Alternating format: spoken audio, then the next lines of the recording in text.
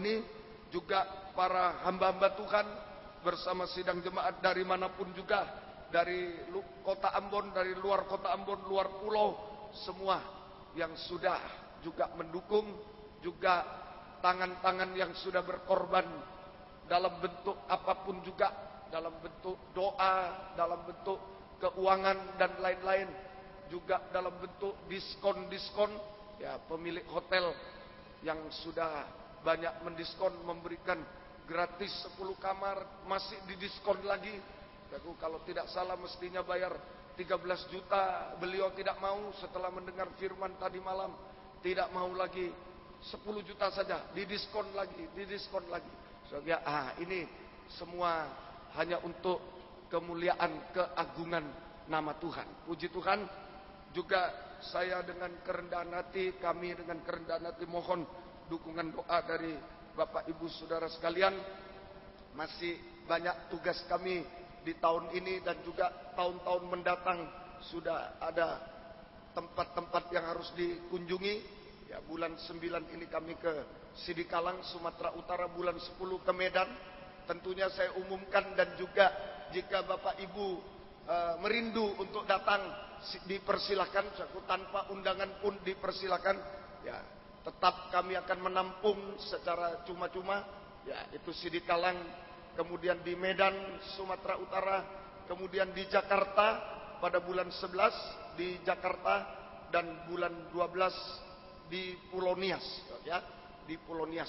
Juga tahun depan mungkin bulan 3 di Jayapura, ya, juga ada di Medan, di Jakarta, di Jayapura, bulan 3 tahun depan. Nah, ini paling dekat dengan Ambon, siapa tahu ada yang tergerak untuk ikut.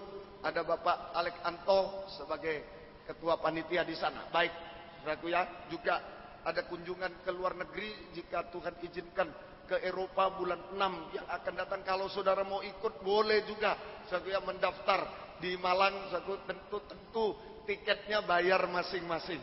Ya. Baik, Tuhan memberkati. Atas doa-doanya kami mengucapkan banyak terima kasih, dan Tuhan kiranya memakai kita semua sampai Tuhan datang. Haleluya, puji Tuhan. Jika banyak kekurangan kesalahan kami mohon diampuni yang sebesar-besarnya. Tuhan memberkati kita semua. Kita kembali pada tema Injil Markus pasal 7 ayat yang ke-37. Markus pasal 7 ayat yang ke-37. Mari. Mereka takjub dan tercengang dan berkata, ya, Ia menjadikan segala-galanya baik. Ia menjadikan segala-galanya baik. Yang tuli dijadikannya mendengar. Yang tuli dijadikannya mendengar. Yang bisu dijadikannya berkata-kata. Yang bisu dijadikannya berkata-kata. Ia menjadikan segala-galanya baik. Saya ulangi, pada awal penciptaan Tuhan sudah menjadikan segala-galanya baik. Dimulai dari penciptaan langit dan bumi, alam semesta. Tuhan menciptakan terang, terang itu baik. Semua baik, baik, baik. Sampai penciptaan nikah Adam dan Hawa. Penciptaan nikah manusia.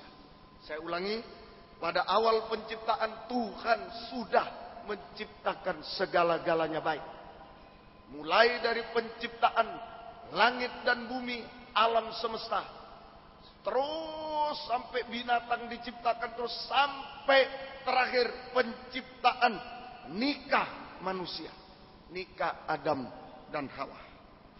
Tetapi nikah Adam dan Hawa, nikah yang bahagia, yang mulia, yang ditaruh, ditempatkan oleh Tuhan di Taman Eden. Betul-betul bahagia. Nikah yang mulia, nikah yang bahagia, ditempatkan di Taman Eden oleh Tuhan. Tetapi sayang, setan merusak nikah Adam dan Hawa, sehingga membuat nikah Adam dan Hawa tidak baik, hancur, telanjang, dan Adam dan Hawa harus diusir dari Taman Eden ke dalam dunia yang penuh kutukan kesusahan. Ya, saya ulangi, tetapi sayangnya setan merusak nikah Adam dan Hawa, Sehingga nikah Adam dan Hawa menjadi tidak baik, yang baik menjadi tidak baik, hancur, telanjang, dan Adam dan Hawa, nikah Adam dan Hawa diusir, tidak boleh lagi di Taman Eden. Diusir dari Taman Eden ke dalam dunia yang penuh kutukan dan kesusahan. Dari suasana Taman Eden hilang suasana Taman Eden menuju suasana dunia. Injil Lukas pasal 17, bagaimana nikah di dunia, sesudah di dunia ini bagaimana nikah itu? Apa ada perbaikan? Kita lihat Lukas pasal 17. Malam ini Tuhan bicara soal nikah, khusus soal nikah. Saudara, bukan berarti kaum muda disuruh menikah semua, bukan. Kalau panggilan Tuhan silakan, tetapi ini menjaga nikah, ini sesuatu yang sangat penting nikah. Baik sebagai suami itu nikah, sebagai istri itu nikah, sebagai anak itu juga nikah. Biarpun belum menikah, sebagai anak itu juga nikah. Orang tua itu juga nikah. Semua itu terlibat di dalam nikah rumah tangga. Baik, Injil Lukas pasal 17 ayat yang ke-26. Lukas 17 ayat 26 mulai. Mari. Dan sama seperti terjadi pada zaman Nuh. Iya. Demikian pula halnya kelak pada hari-hari anak manusia. Terus mereka makan dan iya, minum, mereka kawin dan dikawinkan. Kawin dikawinkan ini berarti nikah yang rusak, yang tidak baik. Ya, jadi setelah manusia dibuang ke dunia, bukan bagus nikahnya, tapi setan terus menusak sampai zaman Nuh. Terus sampai kepada hari Nuh masuk ya, ke dalam bahtera. Lalu datanglah air bah dan membinasakan mereka semua. Terus demikian juga seperti yang terjadi di zaman zaman Lot juga. Teruskan. Mereka makan dan minum. Oh, berkembang dosa itu, permisi, ada homoseks dan seterusnya di zaman Lot itu. Terus mereka membeli dan menjual. Ya. Mereka menanam dan membangun. 29. Tetapi pada hari Lot pergi keluar dari Sodom, turunlah hujan Ya. api dan hujan belerang dari Zaman langit. Nuh karena nikah rusak dihukum oleh Tuhan dengan air bah. Zaman Lot nikah rusak dihukum dengan api dari langit. Terus dan membinasakan mereka semua. Ya. Demikianlah halnya kelak. Demikian halnya kelak Pada hari di mana anak manusia menyatakan dirinya. Ya, saat-saat kedatangan Tuhan, menjelang kedatangan tetap ternyata ya. Jadi setelah di dunia ini setan tetap merusak nikah manusia di dunia. Mulai zaman Nuh dan seterusnya sampai akhir zaman. Yaitu lewat dosa makan minum dan kawin mengawinkan. Yaitu lewat kawin campur, kawin cerai, kawin mengawinkan. Ditambah dosa makan minum, rusak nikah itu saja. Sehingga menarik hukuman Tuhan atas dunia. Zaman Nuh sudah terjadi. Jangan bilang, kemarin saya sudah katakan ada orang yang tidak percaya. Masa satu gereja bisa mati semua? Loh, zaman Nuh satu dunia, 8 orang hanya hidup. Zaman Lot satu kota, satu negara, satu kota, hanya 3 yang hidup. Tidak main-main ini. Hukuman Tuhan tidak pandang bulu, tidak main-main. Sungguh-sungguh.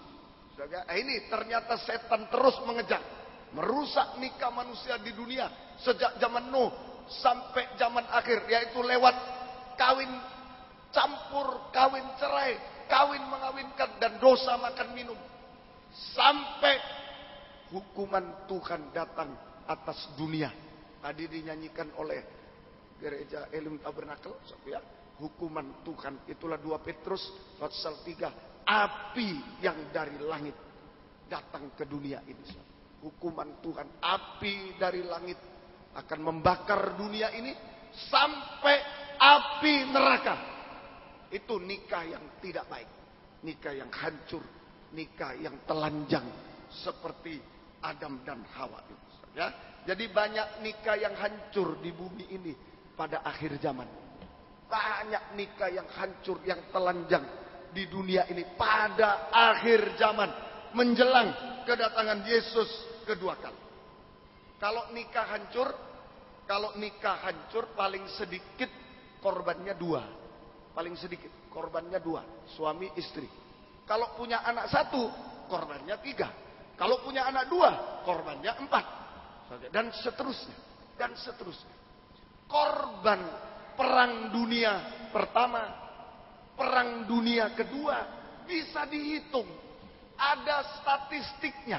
Berapa tentara dari mana yang mati, jenderalnya berapa yang mati, kita pelajari dalam sejarah. Ada statistiknya. Tetapi korban nikah yang hancur, nikah yang telanjang, yang tidak baik, tidak bisa dihitung sampai hari ini. Tidak ada statistiknya. Tidak bisa dihitung. Tidak bisa dihitung, tidak ada statistik. Dan permisi satu, meliputi dari istana raja kehancuran itu, menjangkau istana raja sampai kolong jembatan, nikah dirusak oleh setan. Menjangkau istana raja sampai kolong jembatan, banyak nikah yang rusak. Ini betul-betul dahsyat. Ini butuh kabar mempelai. Kabar baik, penginjilan sudah kita terima. Kita percaya Yesus diselamatkan. Tetapi setan mengejar nikah kita terutama. Kita butuh kabar mempelai. Kabar mempelai bukan pelajaran soal cuma nikah di dunia ini, bapak begini, ibu, bukan. Lain, ada banyak sekarang ajaran-ajaran yang memperbaiki nikah, tetapi arahnya tidak jelas. Kalau kabar mempelai ini nanti saudara bisa lihat arahnya kemana. Ini banyak nikah yang sudah rusak. Banyak nikah yang sudah rusak. Ini yang tidak bisa dihitung jumlahnya. Dan menjangkau istana raja sampai pada kolong jembatan. Hidup yang miskin pun dirusak nikahnya oleh setan. Nah sekarang pertanyaannya, bahkan permisi, bukan cuma istana raja sampai kolong jembatan. Yang paling penting sampai masuk di gereja-gereja. Masuk di gereja Tuhan, ini yang harus digarisbawahi. Hamba Tuhan nikahnya dirusak. Pelayan Tuhan nikahnya dirusak. Sementara nikahnya rusak, dia berani melayani Tuhan. Wah, ini pelayanannya juga rusak. Kalau nikahnya rusak, banyak kali hamba Tuhan yang nikahnya rusak justru menutupi nikah yang rusak dengan pelayanan. Wah, ini berat. Saya mengatakan ini berat. Ini betul-betul suatu penipuan. Suatu penipuan yang besar-besaran. Akhirnya kita harus hati-hati. Sekali lagi panitia, termasuk saya pembicara, harus periksa diri. Jangan menipu. Jangan menipu diri sendiri. Jangan menipu sidang jemaat Tuhan. Ya, kalau nikah belum beres, mari kita bereskan dulu, baru kita melayani. Amin, sagu. Harus. Jangan menutupi nikah yang tidak beres dengan pelayanan. Itu salah besar. Itu akan dihukum oleh Tuhan. Semoga kita bisa. Sekarang pertanyaannya, mengapa setan merusak nikah manusia? Perhatikan kaum muda, perhatikan yang belum menikah pun, ayo sebagai anak dirusak juga. Oleh setan. Zaman Nuh tidak ada anak-anak selamat. Zaman Nuh bukan cuma orang tua yang mati, yang kawin cerai, kawin mengawinkan. Anak kecil pun mati semua. Tidak ada anak kecil selamat. Nah, karena tidak dengar-dengaran sama orang tuanya. Dirusak juga oleh setan, melawan orang tua. Itu saja. Ya, harus kita hati-hati. Mengapa setan merusak nikah manusia atau nikah anak-anak Tuhan? Jawabannya supaya nikah manusia atau anak Tuhan tidak mencapai nikah rohani, nikah sempurna. Sama, nikah rohani sama dengan nikah sempurna, sama dengan pesta nikah anak domba Allah saat Yesus datang kembali kedua kali. Itu jawabannya. Dikejar nikah, dikejar, dihancurkan supaya tidak bisa masuk nikah rohani, nikah sempurna, pesta nikah anak domba saat Yesus datang kedua kali. Wahyu 19 ayat yang ke-9. Kitab Wahyu pasal 19 ayat yang ke-9. Mari silakan dibaca. Lalu ia Wahyu berkata 19 kepadaku, ayat 9. Ya. Tuliskanlah. Ya. Berbahagialah mereka yang diundang ke perjamuan kawin anak domba. Iya, berbahagialah mereka yang diundang ke perjamuan kawin anak domba. Katanya lagi kepadaku, ya, perkataan ini adalah benar. Perkataan ini adalah benar. Dari Allah. Perkataan dari Allah. Pesta kawin, perjamuan kawin anak domba pesta nikah anak domba